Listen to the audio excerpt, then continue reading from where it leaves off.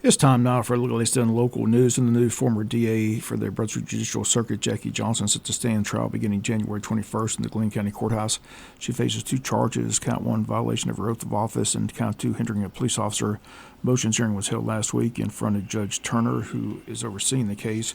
He's made rulings on several motions that were in front of him last week. Now the case is set for jury selection on that 21st of January in Brunswick. One motion he ruled on went against the defendant, as she and her attorneys argued that the Attorney General's office, who's prosecuting the case, should be disqualified from doing that. Judge rules against that motion and rules that the Attorney General, Chris Carr, can continue to prosecute the case.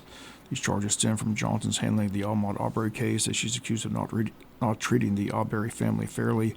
They've charged her with showing favoritism to the McMichaels, who are now serving life sentences for their role in the shooting death of Ahmaud Arbery. Johnson and her attorneys argued that Johnson simply recused herself from the case and recommended fellow DA George Barnhill to handle the case. It was Barnhill who ruled that the shooting was a self-defense case, but that all changed once the video of the shooting was made public. Once again, the former DA charged with violation of her oath of office. That's a felony. Other charges of misdemeanor, all set to head to trial in January. Jury selection once again set for January 21st.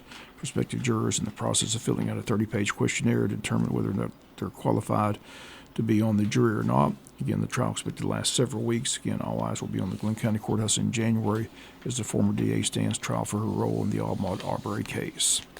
We'll be back with more news after this word from our sponsor, the commercial messages, so please stay tuned. In other news, there are no governmental meetings locally until after the first of the year, as everyone's enjoying the holidays. City of Jesup set to meet for the first time in 2025 on January the 7th. They'll have a work session at 5 p.m. before their regular scheduled meeting. The work session is to discuss options for a proposed new emergency communication system. The county has already signed off on the new system and would like the City of Jesup to join on as well, as both the county and City of Jesup emergency personnel found out when the latest hurricane came through that both systems failed for quite some time. The emergency personnel had no communication. City wants further discussions and wants to get an exact cost on how much it'll cost the City of Jesup.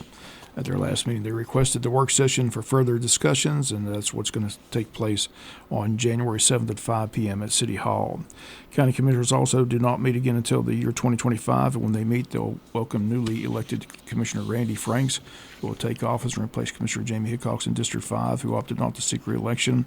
Randy Franks defeated Princess Dow in the election, and he'll begin serving in January 2025. Commissioners will begin looking at the projects which were approved and voted on by the voters in the latest SPLOST. Again, was approved for renovations to the courthouse and providing proper security in the big project, a recreational center with an indoor pool for both the high school and recreation swim teams to use, as currently both have to use private pools and go out of town to use a proper sized pool. Again, all that's set for discussions and movement in the year 2025. And the Wayne County Board of Education also set to meet in early January. They hope to get moving on their proposed ag facility and ROTC building, which have been put on hold since the board rejected all bids late last year. Interim Superintendent Tony Williams optimistic that they'll begin accepting bids and begin those projects in the year 2025. Williams and the board also discussing building a new weight room at the high school. Decisions have to be made on whether they'll bid all the projects together or separately. The last board meeting, they discussed settling more bonds to begin work on these projects. Also, new roofs for both middle schools will be part of the projects, but they state those projects will be done over the summertime. Once again, all boards not meeting until the year 2025, but when the new year begins, they will all begin the year with major projects on the table. We'll be back with some final news notes after this word from our sponsor, the commercial messages, so please stay tuned. Final notes and news, 8 days and counting until Christmas. If you're looking for great deals and savings, again, we encourage you to shop locally.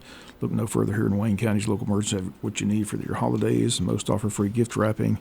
And speaking of free gift wrapping, a reminder, members of Calvary Baptist Church will once again be at front of Walmart this Friday and Saturday with their annual Wrap Wayne County in Love program. The times Friday from 12 to 7, Saturday from 10 to 6. Jesup PD, again, still advising if you're out holiday shopping, make certain that you lock your car doors, remove all valuables from plain sight, such as electronics, purses, and keys. And the Jesup PD says, please never leave your keys inside your vehicle. Jesup PD says, unfortunately, during the holiday shopping season, they do see an increase in auto break-ins and thefts, and they encourage you to park in well-lit areas as well. You can lock your vehicles, remove all valuables from your car, and once you arrive home, you need more information on auto theft prevention, simply call the Jesup PD at 912-427-1300. Chamber of Commerce has their big annual Eggs and Issues breakfast set for January. The date, Thursday, January 9th. It'll take place that morning at Coastal Pine Signal College from 8 a.m. to 10 a.m. Wayne County's local delegation will be on hand to preview the upcoming Georgia legislative session in Atlanta. Guest speakers will be State Senator Blake Tillery, State Representative Stephen Meeks, and State Representative Buddy DeLoach. Once again, the event takes place that morning from 8 to 10. Tickets are $30 for chamber members, $40 for non-members. Everyone's invited to come hear what our local representatives have to say about the upcoming session. Once again, the date, Thursday, January the 9th. And if you need more information or tickets, call the chamber at 912-427-2028. And that'll do it for latest in local news. Sports comes your way in a few minutes. Bob Morgan's. Have a great day.